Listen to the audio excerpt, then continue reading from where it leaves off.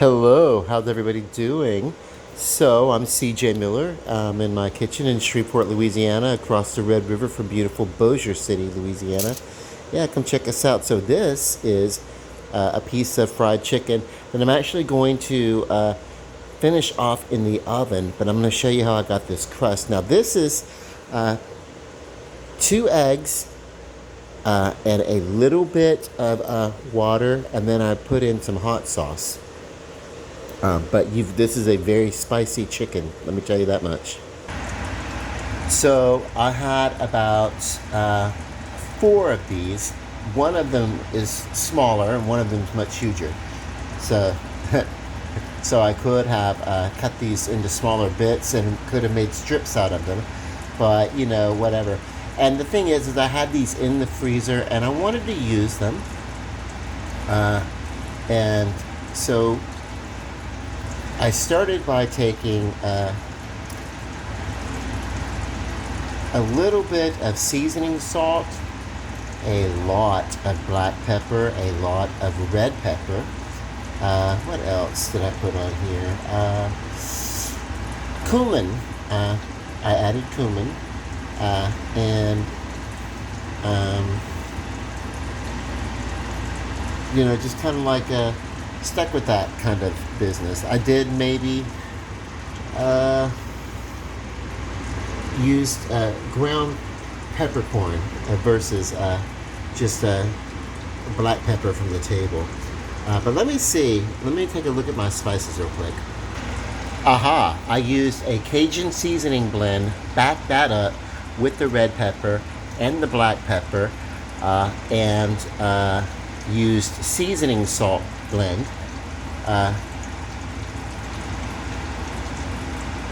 But not nearly very much of the seasoning salt, because there was also some salt in the Cajun blend. I maybe just kind of wanted to fill it out. Anyway, we gotta have all these wonderful flavors in here that I put on the chicken itself. I didn't put it on in the flour.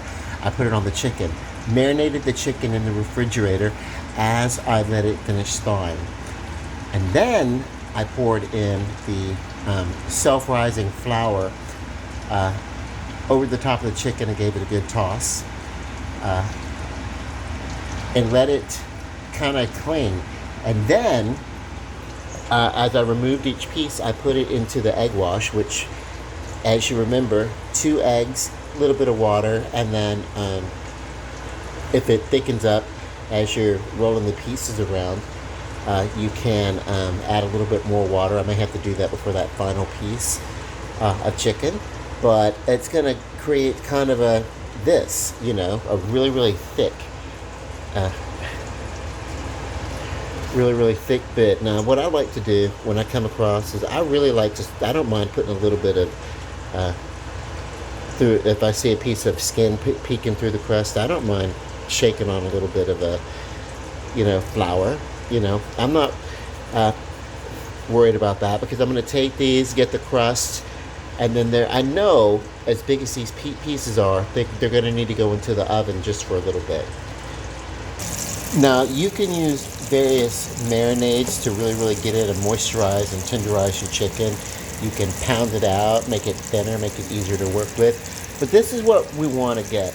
Now, the secret to a chicken is this. You put it in your really, really hot oil. Let me put this back on real quick. I don't want to lose too much heat. You put it in your oil and retain the heat. You want your, with the nonstick skillet, you really want to retain as much heat as possible, because we're not going above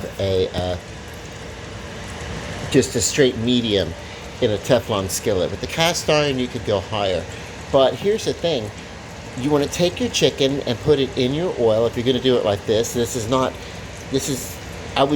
some people say it's healthier to do it like this and turn it in the skillet once in a while versus deep fat frying in a pressure cooker or whatever. I don't know.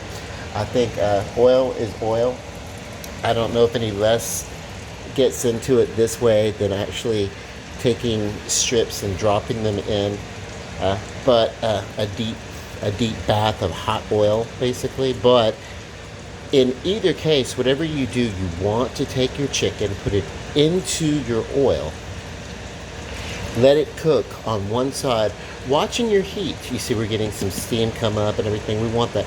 You want to watch your heat, adjust it up and down as need be. You'll have to do that as you are frying your crust around your chicken. And then what you're going to do is you're going to leave it on that side until when you touch that chicken, that crust is firm enough, clinging to the chicken, that it's going to come off of your non-stick pan. And if you try to move your chicken and your crust does not move off of your chicken, you lose too much of your crust, then you know, you may as well do something else with it, you know. Sometimes you will lose a little bit here and there, but ultimately you want the chicken to be crispy, crunchy, that kind of stuff, you know, all those adjectives that sound wonderful. And the way to do that is to cook your chicken on each side until it is solid enough, it's created a solid enough base that it's going to stay together. It's going to be, you know, hold itself. And that's what the egg does. The egg kind of works as a binder, but also if you don't cook it well enough on each side before you turn it, you're going to lose your crust. It will come off and it will stay on your skillet. So just be a little patient and, you know, and remember, these are big, huge chicken breasts, and so they're going to need to be finished off in the oven on a lower temperature, you know, just enough to get them done on the inside. You could throw them in the microwave or something. You don't want to. That will make your chicken tough, you know. These are big pieces. Let them go into an oven. I have a couple of more pieces here. I'm going to do them all at once. I'm actually having some people over for chicken for the 4th of July. Basically, I've told a few select people, it's not a big thing. I kind of want to keep it kind of, you know, personal, you know, people that I love most, and, you know, and then, yeah, so we'll see, and that's going to be around, but I'm not cooking that night. I'm actually going to do a Chicken Shack bought chicken. I'll give them their props. Probably Southern Classic. If not, then Texas Church's Chicken, which is the new brand of Church's Chicken that used to be. You know what's so funny? Is I used to go back and forth between Popeyes and Church's Chicken as if they were competitors. They're basically owned by the same, those like Popeyes bought out Church's in the late 70s or early 80s or something like that. And all this time, as they've been across from each other, they've been part of the same mega corporation. And they're individually sold franchises that will compete with each other, but ultimately the ones that are not independent, the ones that are corporate, they're owned by the same corporation. And therefore, yeah, so, you know, they fooled me. But really, what did we learn from the pandemic, the time of the pandemic, when they just had like a whole, like, you know, crisis with the chicken plants and everything? And then what did we learn from the bird flu situation? Most of our poultry comes out of just a few large chicken farms. So maybe where we're not supposed to be dealing with monopolies, even with our food, we're dealing with competitors, and maybe most of them coming from, I mean, yeah, conglomerates, you know, that diversify. Never mind, screw it. Screw the politics. You know what I'm saying. Too many people are controlling the things that matter to all of us. So maybe we should look into Oh, reshaping how things are done. Peaceably, of course, and through the power of, political voting, you know. So, look how huge this piece is. This is one chicken breast. I could have cut these into smaller bits. I was using some of these when I cut them down for the jambalaya that I did a couple of weeks ago. But I'm going to need to come over and take a little bit of dry flour and sprinkle in some of the crevices that are exposed here. That's just the thing that I do. I've always done it. And just use my fingers there. I'm not really using this oil for much of anything after this chicken, so that's fine. Want to wash my hands very thoroughly after handling any of this food. Always. Not just a good rinse, but really use an antibacterial soap and get them clean. But also, I think I wanted to talk about, as soon as you take a piece of chicken out of this oil, get another piece of chicken in there really quick, because you will lose heat, and the heated up chicken, you will lose heat in this oil. So yeah, it'll heat up faster. You go ahead and get something in there, and get this lid back on that I'm about to put on, and it'll retain some heat. And this is a big piece of chicken. As heavy as it is, this is in a shallower oil, so it's not really going to float, but we do want to make sure that the one piece gives us problems. It's probably going to be this one. We really want this crust not to stick to the pan. We want it to stick to the chicken. Let's get it hot. So I'm back with freshly clean hands and everything. So as you want to watch this, if it starts to bubble too much, you can adjust the heat. Let your nose tell you if your oil's about to get too hot or singy or something like that. We want to get a golden crust on this. We don't want it to burn. So it's okay to turn the oil down. Just watch it, and the only way you really are going to know, and even sometimes I don't do a perfect job with chicken. I get impatient. That's why I like making videos about chicken. Reminds me to be a little bit more careful.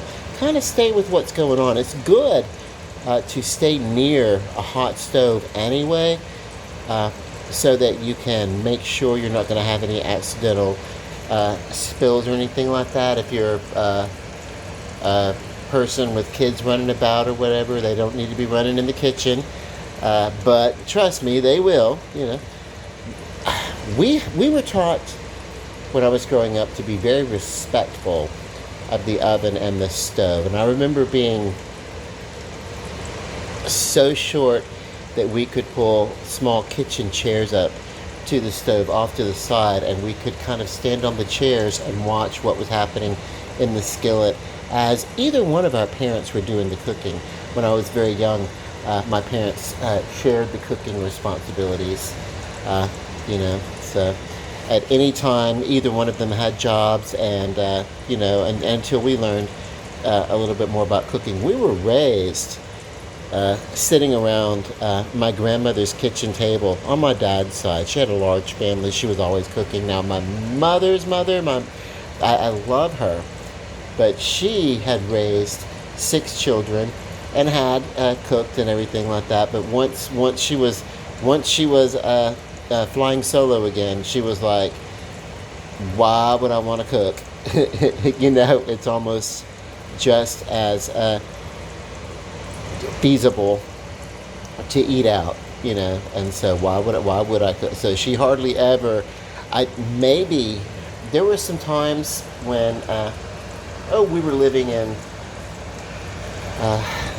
South Louisiana, around Morgan City, a little neighborhood outside of Morgan City, called Amelia. when my father worked offshore, and we made a decision. I guess my parents did. We were too young. I was like a first or second grade or whatever, second grade. But anyway, we came back to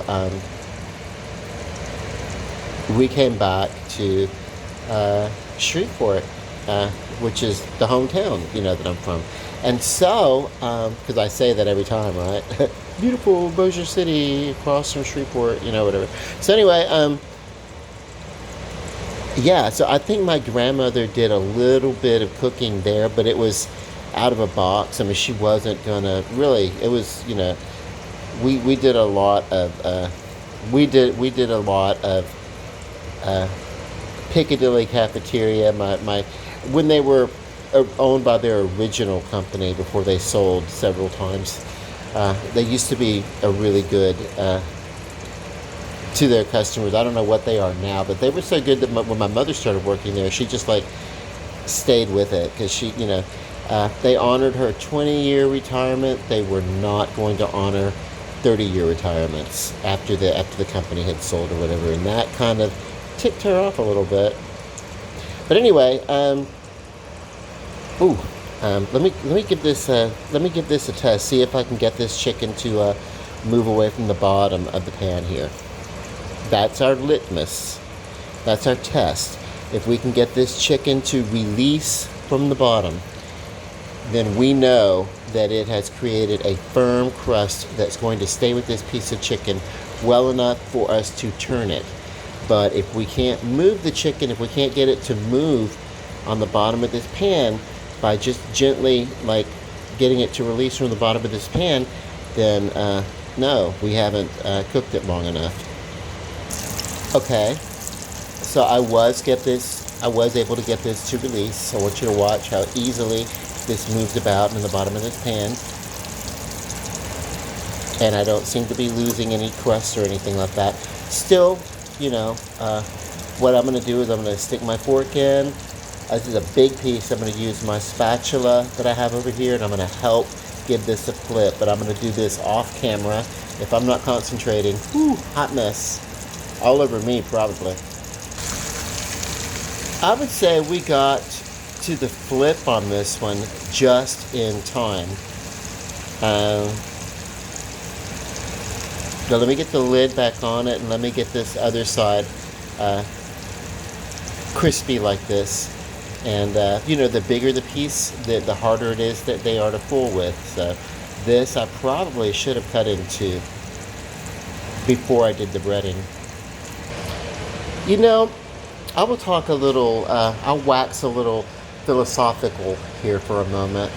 I hear a lot of people, when I was growing up, the big thing was existentially, if I'm not saying that right, I'm so sorry. Existentially, the big question, the meaning of life, all that, whatever. And then, of course, ultimately, what does it matter? Because we are here. We do have life. We do live. We are born, we live, and we are a species that is highly cognizant to our awareness that we have memory, long memory throughout most of our lives, that we really, that translates into emotion, and I suppose emotion can happen in creatures that don't have memory. I know plants, scientifically, they react positively or negatively to stimuli and their environment. Maybe we are in our vanity, the ego of the human spirit. Maybe we think, oh my God, we're so highly cognizant, but perhaps on the other side of life, there is an awakening that we cannot possibly perceive, that we are become so knowledgeable, and so maybe it transcends knowledge, that existence, that everything, that great everything, you know, or not. You know, who's to say? We don't know. Maybe it's a great everything. Maybe it's a great recycle of material and energy and matter without consequence. I don't know that it really matters. So don't get hung up on that. What I want to inspire people to do is to live your best life in this moment. What that looks like and what that feels for you. We only get this one life that we're aware of. Most of us, you know. I have moments and I have thoughts and I have feelings, and I think that it's quite possible that I have a recollection of a time that is before my lifetime here. But I have no idea if the mind is a weird thing. Who's to say if that's a recollection from a previous time on this planet or not? You know, some people believe in those things. I don't know. I think what it is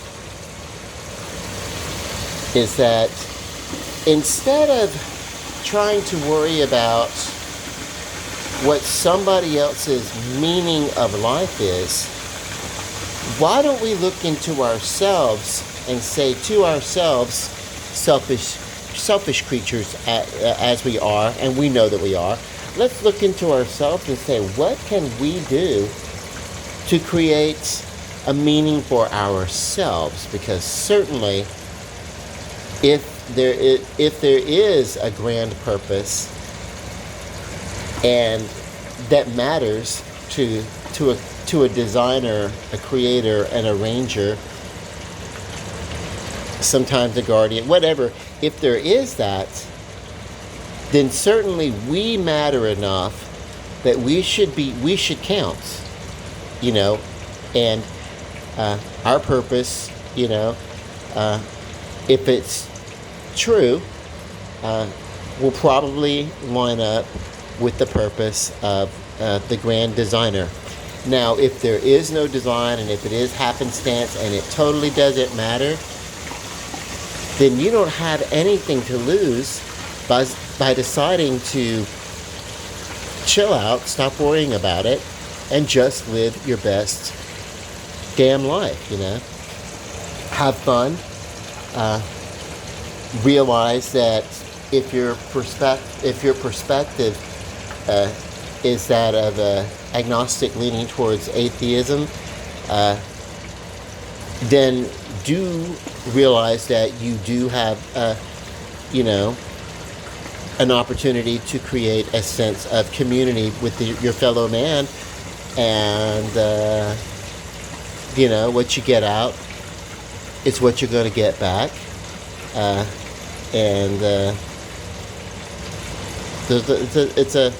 it's a dog eat dog world. But you know what? Sometimes it's a dog lick dog, cuddle with dog world. Sometimes it's a dog love dog world. You know, what do you want to do about it? You know. But ultimately, either way, whether there is a God or whether there is not a God, there is a you. So be the best you that you can be. Aha, and this is the final and last piece of chicken that's about to be put into this oil once I take this other piece out, that big monster piece. And I'll have chicken to last for a couple of days. And then, of course, the 4th of July chicken that I didn't make, thankfully. And then, you know,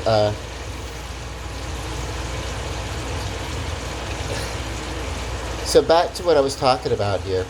I'm not talking about religion. I could care less if someone is believing in God or not. That's not what this conversation that I'm having is about. But well, I do happen to believe in a creator. So that's comforting. But if you don't, that's okay. You still have no reason not to be the best version of yourself that you can possibly be.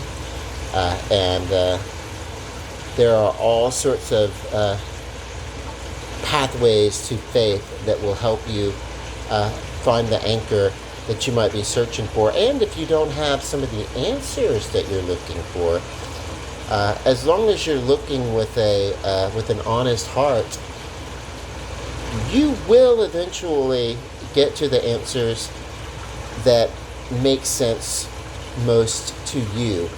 And as far as I'm concerned, brother to brother, sister to sister, we don't have to agree. That's between you and you, and all that. What I just want is, to be the best. I just want for you to have the best life that you can have, and be as happy as you would like to be. That's my wish. Okay, let me swap these chickens out, and then we'll get off this topic. I want to show you something. I want to show you this. When I take my fork and I go to tap this, and it's not releasing. It's not releasing. Well, it's not ready yet. It's not quite ready. It's getting there. Another couple of minutes or so. I'm going to turn down the heat on this, put the lid back on, give it another minute or so, and then it will release.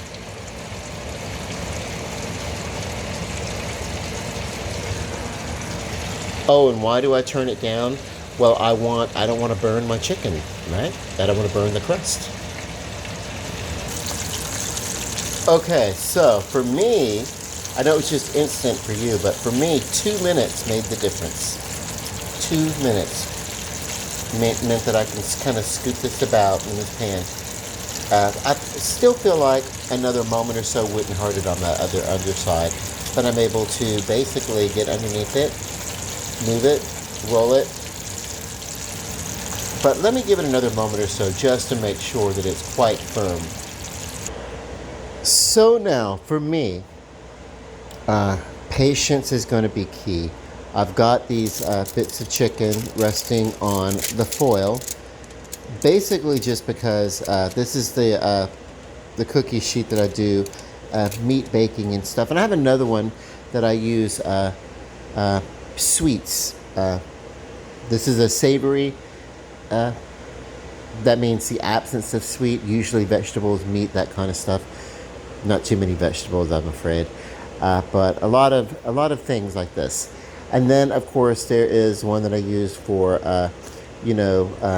sweet baking, but I also will include bread in that. Bread can sometimes be savory and not really sweet, but usually you use sugar with those touches of recipes for various chemical reasons and sometimes for flavor reasons. I sometimes think desserts, sweets, or whatever, they were probably created. We've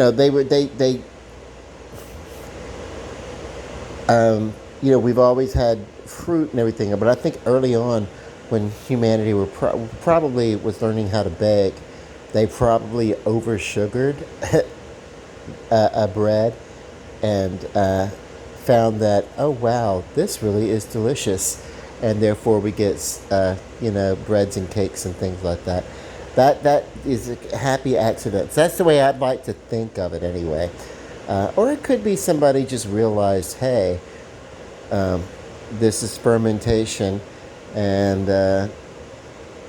well, I don't know. Maybe somebody thought if they could make I don't know. Who decided? This is wonderful things. Who thinks about taking wheat? I guess maybe they decide to break it down into a powder and then bake it so that it can be digestible. I think that must have been the earliest things. Let's take what we can find, these seeds and these grains of wheat and whatever it is, and let's pulverize them and mix them into a little slurry. And that doesn't taste good drinking it that way, although some people like that wheatgrass kind of thing or whatever. But what would happen? Okay, if we did this and we bake it, and it kind of caked up, and then maybe it could preserve or something. I don't know. Who are the first people that learned how to cook the food so that you don't die? You know, that's so cool. I I don't know. Those are things that we just don't know. So the recipe is not so much what's important here. Um, there's black pepper. You can see heavy amounts of black pepper, uh, red pepper, Cajun seasoning. Um,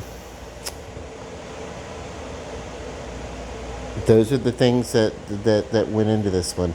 Cumin. There's a fair amount of cumin, and I'm not talking about sprinkle sprinkle. I'm talking about coated. I coated this chicken with those spices inside, and then when I took the chicken out, I had it sitting in that.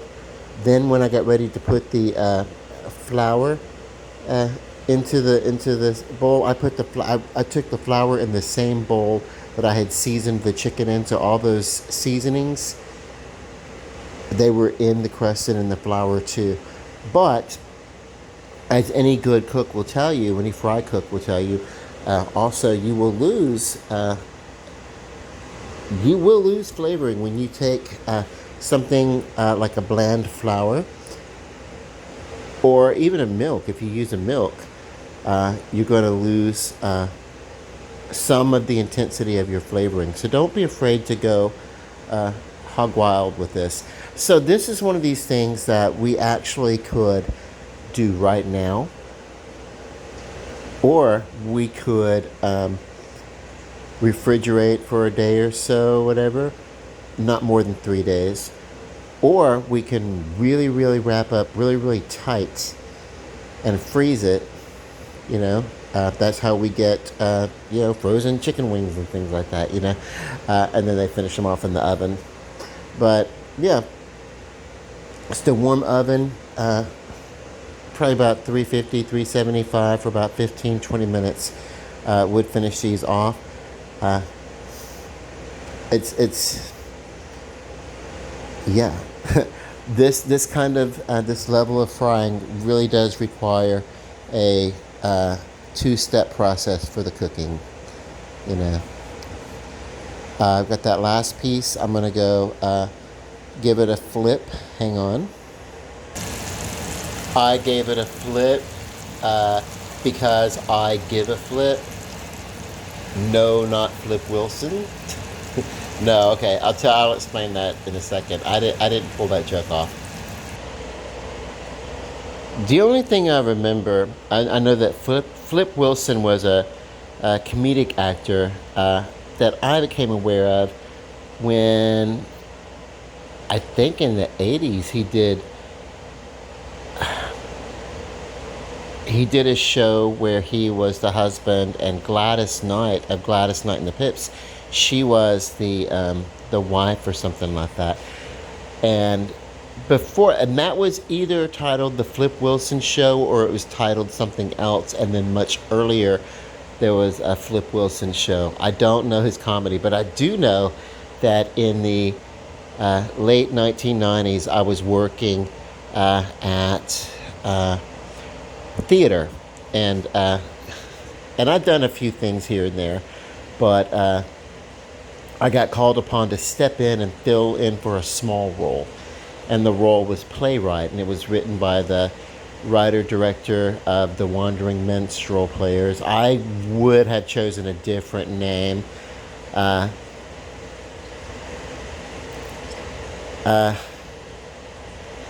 Minstrel Players, they only did blackface that I'm aware of, that association in, I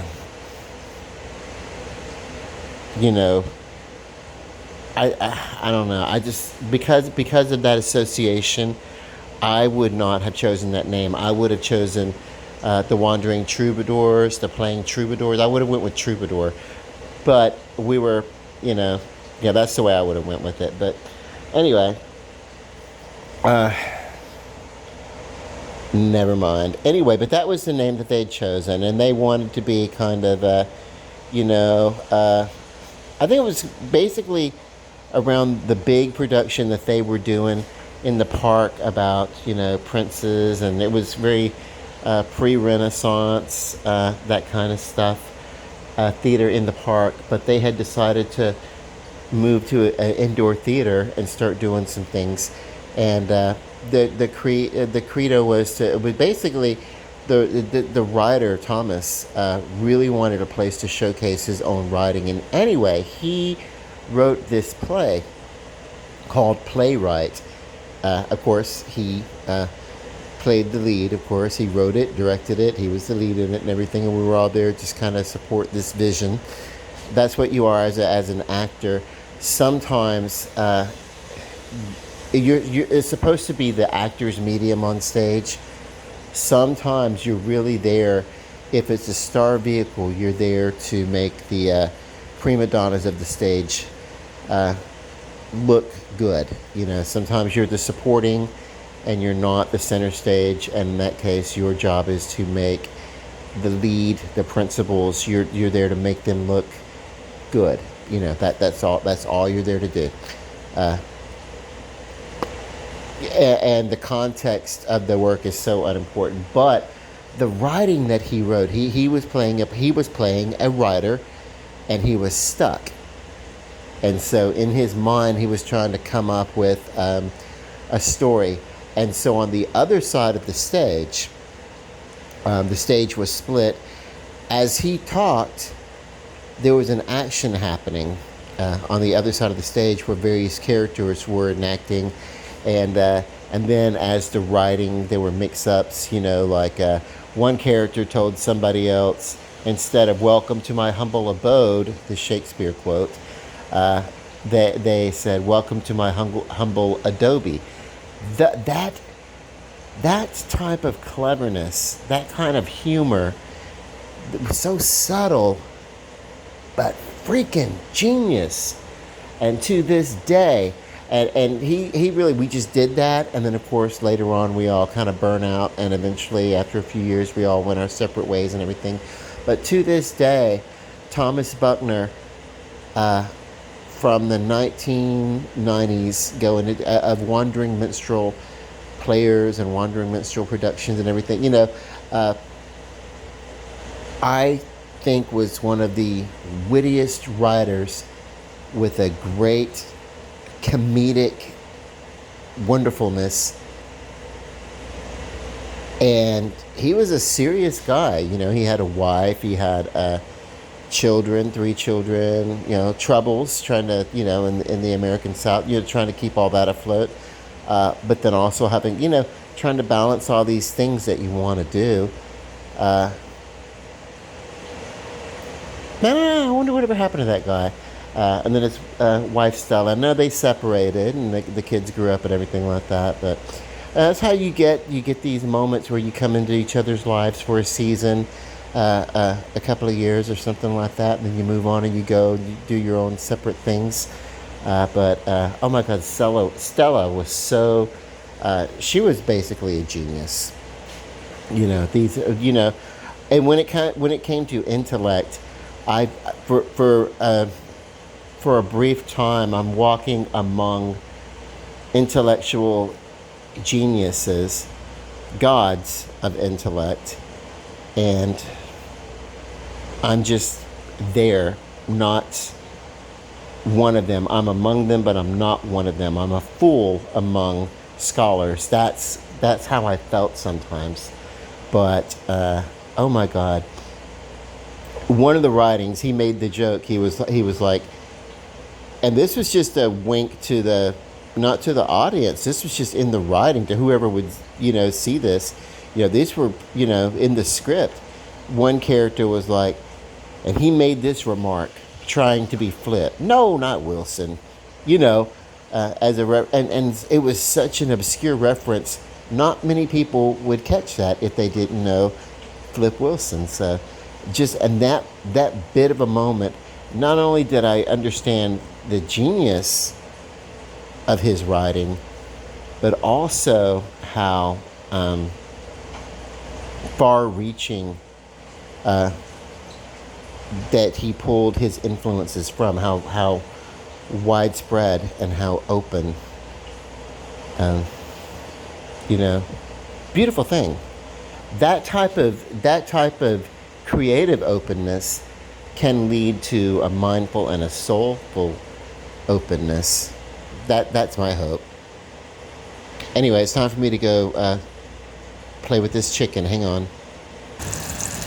You know the good thing about a two-sided bit of chicken? And it releases pretty well. It's still a little heavy. I think maybe I'm going to let it sit for a moment or so. Good thing about a two-sided piece of thing that you flip over or something like this versus, I guess we live in a three-dimensional world. Everything's got sides. But you know what I mean. You can put the best side up. When you put it on the plate, you can put the best side up. One of the things to do with this, if I made a pasta with an Alfredo, I could cut this into 2 or 3 pieces in strips. Because this is a very firm crust, I would use not a serrated, I would use a chopping block, a chopping edge. And instead of trying to slice, I basically would take the knife and just push down. And then, of course, if some of the crust did break away from the chicken, I basically could place it right back on top of the piece of chicken. And some of these bigger ones would turn into 2 or 3 big pieces. And you could basically set it on top of your pasta or on top of whatever if you wanted to serve it with some sort of, side. Okay, so I think I've left